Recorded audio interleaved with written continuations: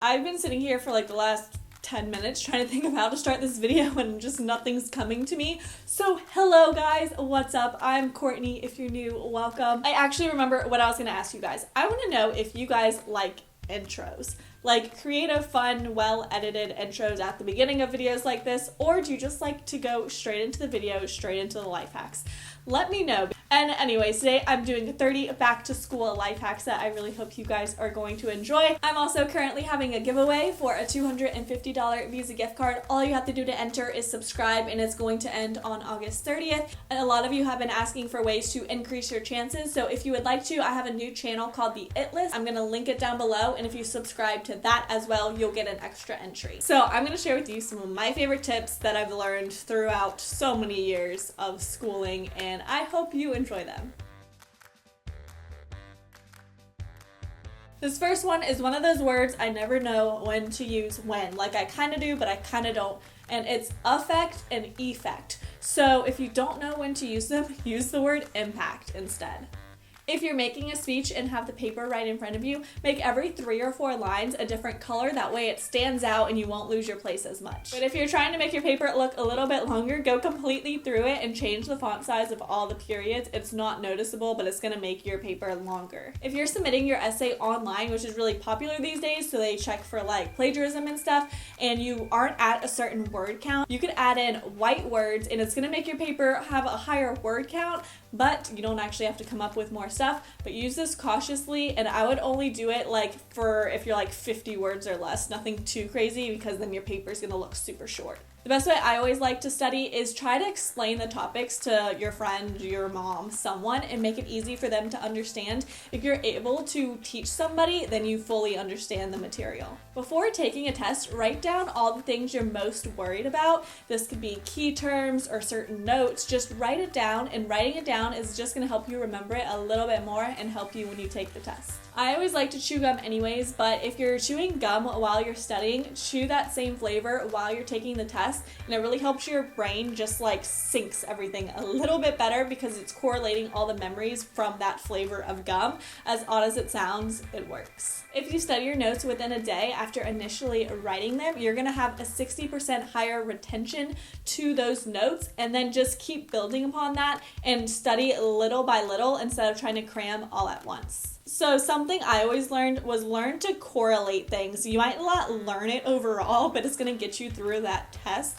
It's kind of confusing to explain, but like an example would be like the key term sessile in biology, and it means like attached at its base, and a way I would correlate this in my mind is sessile kind of sounds like sit still, which means like you're attached to your seat.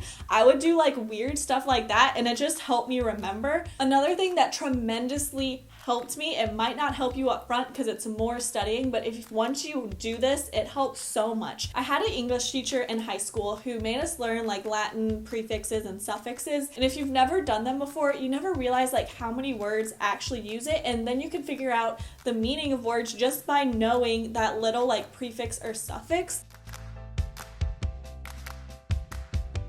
Either label or color code your notebooks from the top. That way when you're looking down at your backpack digging through it, you know exactly what to grab and you don't have to like pull everything out and kind of like look at the cover of it. When you're at your computer and find you have tons of cords plugged in everywhere, label them with little sticky notes. That way you know what is what, and you don't. At the beginning of the semester, when you get your syllabus with all the important dates, write those dates down in your planner, whether there be like important tests if you're in college and you have a set date, or if it's just like a day off of school or a day when a big project's due, write that all down at the very beginning. Also, when it comes to your planner, write every class in a different color. My computer calendar actually does this for me, all for my online classes, and it'll organize all your assignments by color so you know what class is what, and it just keeps everything laid out nicely.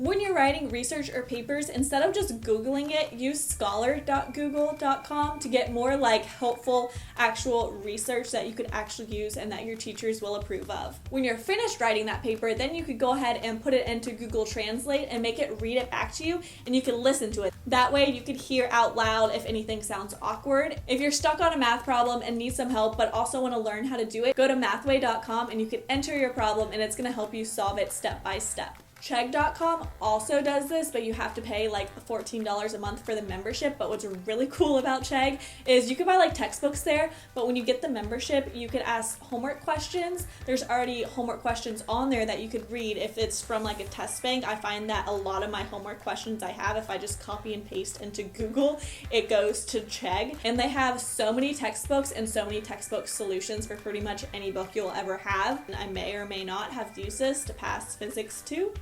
If you're like me and get distracted so much by all the tabs opened on your computer when you're trying to do homework or write a paper, go to keepmeout.com, and it's not going to let you go on those sites for a certain period of time. It's just going to like block you out so you could focus. If you want to get that homework done even faster, you could go to speedreader.com, and it's going to help you learn to read faster and comprehend it at the same time. This one's basic, but it helps, and it's placing your alarm across the room so you have to get up out of bed to turn it off. Pack your lunch the night before, stick it in your lunchbox or whatever you bring it to school in, and then stick it in the fridge so it's already ready and you don't have to deal with it in the morning. To go along with that, you can make your own little DIY ice pack if you don't have one by taking a dish sponge, getting it wet, putting it in a Ziploc bag, like a sandwich bag, and sticking it in the freezer. And then when it starts to unthaw while you're at school, the sponge is just gonna soak up the water. The next thing is to lay out your clothes the night before. And if you're not sure if you're gonna like it, actually like put the clothes on. If I know I have to get up and start working right away, I find myself, I will purposely just keep sleeping later and later and later, and then I end up getting frustrated. But if I know I get to watch a TV show I enjoy or go for a walk with Brody or something, it will help me get out of bed a little bit easier. Still falling asleep while you're at school, something that just really wakes you up is hand sanitizer. I'm not saying to like sniff it, but like put it on your hands and rub it close to your face so you can smell the alcohol in it.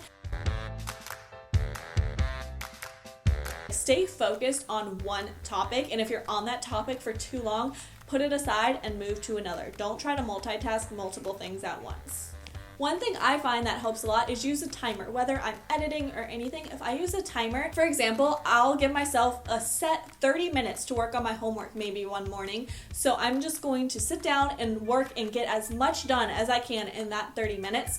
This kind of helps with everything like homework, cleaning, studying, and just focus for that set amount of time. And you get so much done when you feel like you're being timed and you only have that much time to get it done. Listening to non-distracting background music also helps. I really enjoy classical music, especially when I'm like doing homework and stuff, but you want something like completely non-distracting without lyrics or anything like that. I hope you guys learned something new. Let me know in the comments down below like what grade you're in, or if you're in college, let me know like what you're majoring in. I would love to know. So if you missed my last videos, they're going to be on both sides of me. You could just click them or click the eye up in the corner, and I'll just see you guys next time. Bye.